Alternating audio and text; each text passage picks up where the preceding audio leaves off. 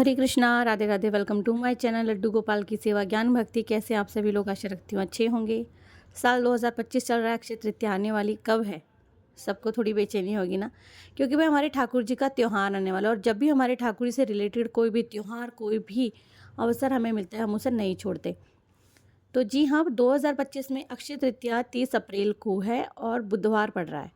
और इस दिन हम लड्डू गोपाल की और राधा कृष्णा की विशेष रूप से सेवा करते हैं। जैसे कि आप सभी को पता है, वैसे गर्मी बहुत ज़्यादा है, तो बस इसी ताप को करने के लिए हम विशेष सेवा करते हैं। वो है अक्षय तृतीया से जो शुरू होती है चंदन सेवा।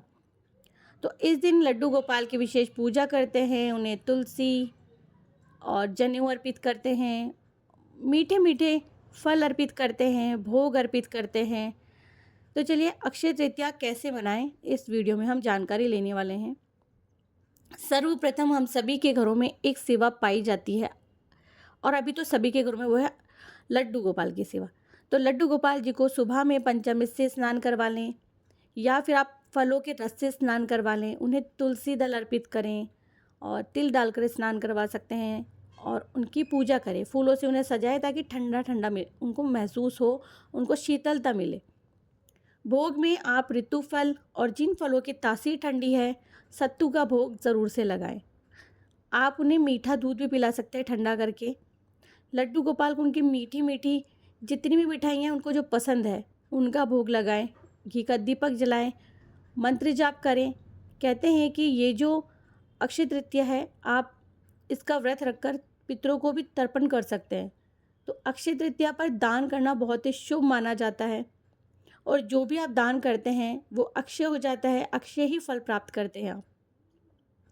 माँ के बिहारी जी को भी आप भोज में मीठे व्यंजन, लड्डू, खीर, पेड़ा, मालपुआ, फल, आम, केले, खरबूजा, तरबूज, दूध, दही, मक्खन और जिन फलों की तासीर ठंडी है वो, और सत्तू से बना शरबत, ये सब आप उन्हें अर्पित कर सकते हैं। अक्षय तृतीया के दिन व्रत ज़रूर से रखें। इस दिन कोई भी शुभ कार्य बिना मुहूर्त के कर सकते हैं। अबूझ सावा होता है इस दिन भी, और इस दिन नए काम की शुरुआत करना भी बहुत ही शुभ माना जाता है।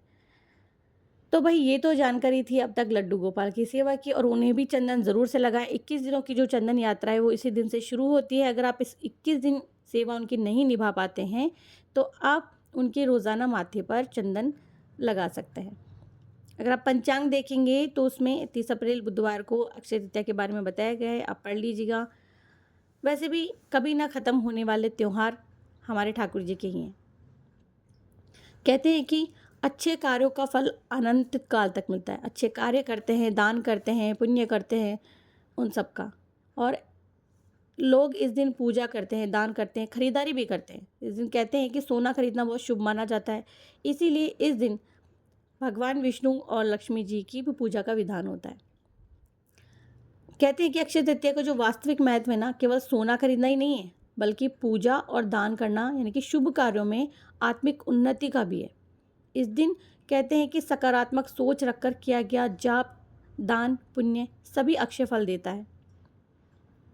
मैंने जैसे कि बताया कि माता लक्ष्मी और भगवान विष्णु की पूजा होती है, और इसके साथ साथ में एक और विशेष तरीके से देखा जाता है इसे। वो क्या, क्योंकि परशुराम जी का भी इसी दिन जो था जन्म हुआ था, तो महाभारत की रचना भी इसी दिन हुई थी। तो देखिए, ये जो है ना त्रेता युग है, ये जो नहीं सॉरी ये जो दिन है ना, कितना खास है। इसी दिन त्रेता युग की भी शुरुआत हुई थी। तो अगर हम इसको धार्मिक तौर से देखे जाए तो भी, और अगर दान की दृष्टि से देखे जाए तो भी, और हमारे ठाकुर जी की विशेष सेवा से देखा जाए ना, तो भी ये अक्षय तृतीया कितना अनोखा त्यौहार है। और तो और बांके बिहारी जी, जी हाँ, रोज़ाना हज़ारों की संख्या में जो दर्शालु पहुँचते हैं वहाँ पे, श्रद्धालु पहुँचते हैं वहाँ पर। तो दर्शन के लिए हम जैसे दर्शालु वहाँ जाते हैं, लेकिन चरणों के दर्शन नहीं कर पाते। ऐसे में बांके बिहारी जी के चरणों के दर्शन इस दिन होते हैं, अक्षय तृतीया पर। आपके यहाँ बिहारी जी का या कृष्ण जी का विग्रह है, आप भी ज़रूर से चरण दर्शन करें। और वृंदावन में जो बांके बिहारी जी का मंदिर है, वहाँ पर तो खास दर्शन होते ही होते हैं, लेकिन अगर आप मन से दर्शन करना चाहेंगे तो आपके बिहारी जी, आपके कृष्ण जी के जो चरणों के दर्शन है वो आप उसी रूप में कर पाएंगे। साल में सिर्फ एक बार ही अक्षय तृतीया पर होते हैं उनके चरण दर्शन। तो चलिए आप उन्हें नए नए वस्त्र पोशाक धारण करवाएं। जो लोग पीली पोशाक धारण कर सकते पीले रंग की करवाएं। जो लोग जानते हैं कि पीली नहीं है या बहुत बार पहना चुके हैं तो आप उन्हें और किसी रंग की भी पोशाक धारण करवा सकते हैं। अच्छा, इस दिन अक्षय तृतीया पर ही क्यों होते हैं चंद्र दर्शन?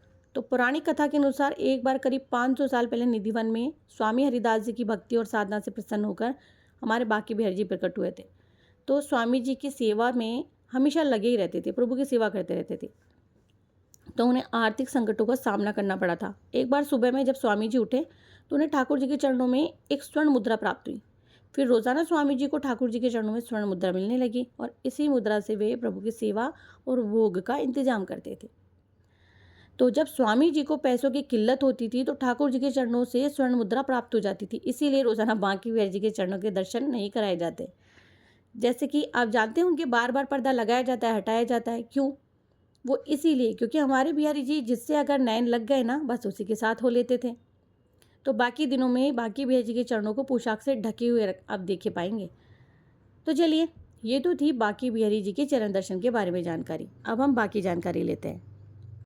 अब जानते हैं कि अक्षय तृतीया पर चंदन यात्रा क्यों शुरू होती है।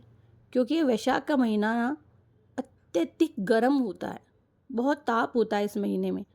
भक्त तभी तो कहते हैं इस महीने में ज़्यादा से ज़्यादा जल का दान करना चाहिए हमें। तो भक्तों की इच्छा होती है कि वे भगवान के दिव्य शरीर को ठंडक पहुंचाए, शीतलता प्रदान करने वाली सभी सेवाएं दें, भगवान को चंदन का लेप करें।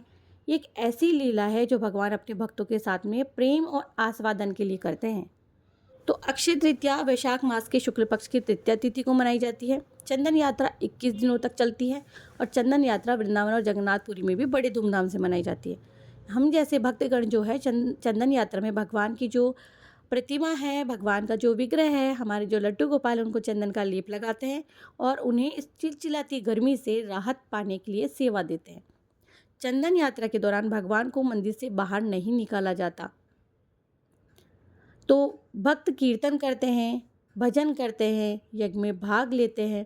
तो जब आप बाहर निकालें उन्हें किसी भी यात्रा के लिए तो संध्या का चयन करें या फिर सुबह सुबह का।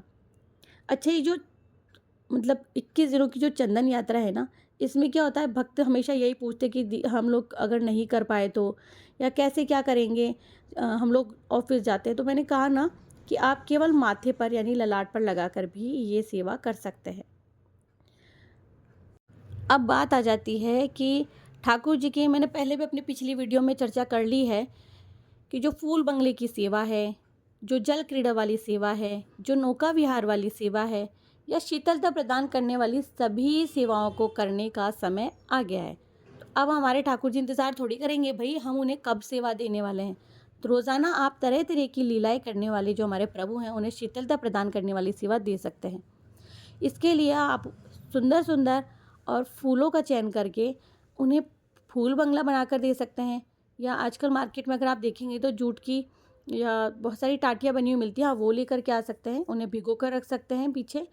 और तो और आप ठाकुर जी को ठंडक प्रदान करने के लिए जो झारी है मटका वो ला कर रख सकते हैं। क्योंकि हम लोग क्या करते, ज़्यादातर कलश भर के रखते हैं। आपने ज़्यादातर मेरी वीडियो में हमेशा देखा ही होगा, इस 5 सालों की अवधि में मैंने आपको, आप मेरे मंदिर में हमेशा देख सकते हो कि जो मेरे मंदिर की शीतकालीन सेवाएं वो अलग होती है, ग्रीष्मकालीन सेवाएं अलग होती है। उसमें हम लोग ज़रूर से एक झारी भर के रखते हैं अपने ठाकुर जी के लिए, ताकि वो लोग मतलब जितने भी देवता लोग हैं वो भी ठंडा जलपान कर सकें।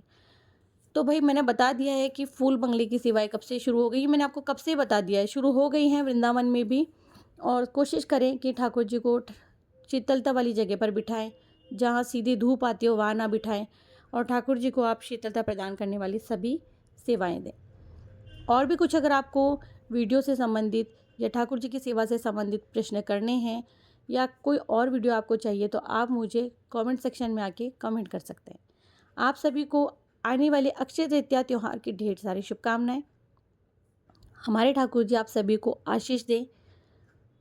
और साथ में मैं बस यही कहूँगी कि अगर आप लड्डू गोपाल की सेवा करते हैं तो लड्डू गोपाल की सेवा में सात्विकता, शुद्धिकरण का होना बहुत ज़रूरी होता है। बहुत सारे लोग ये कहते हैं कि हम लोग बहुत ज़्यादा सेवा में बाकी चीज़ों का ध्यान नहीं रखते हैं क्योंकि हमारे प्रभु भाव के भूखे हैं। लेकिन साथ में ये भी देखिए, प्रभु का जो बाल रूप है, लड्डू गोपाल जी का रूप, वो सेवा को सरल करने के लिए और हर जगह पहुंचने के लिए है, ताकि कोई भी उनकी सेवा कर सके। इसलिए नहीं है कि हम उनके जो नियम हैं उनका खंडन करें। तो सेवा करें, ठीक है, भाव से करिए, लेकिन उसमें शुद्धिकरण का होना, सात्विकता का होना बहुत ज़रूरी है। जहाँ एक बात आप बताइए, प्रभु किसी को भी कष्ट में नहीं देख सकते हैं, तो प्रभु को हम लोग कष्ट में कैसे देखें। तो चलिए, वीडियो पसंद आए तो लाइक कर दीजिएगा। मैं मिलती हूँ नेक्स्ट वीडियो में। हरे कृष्णा।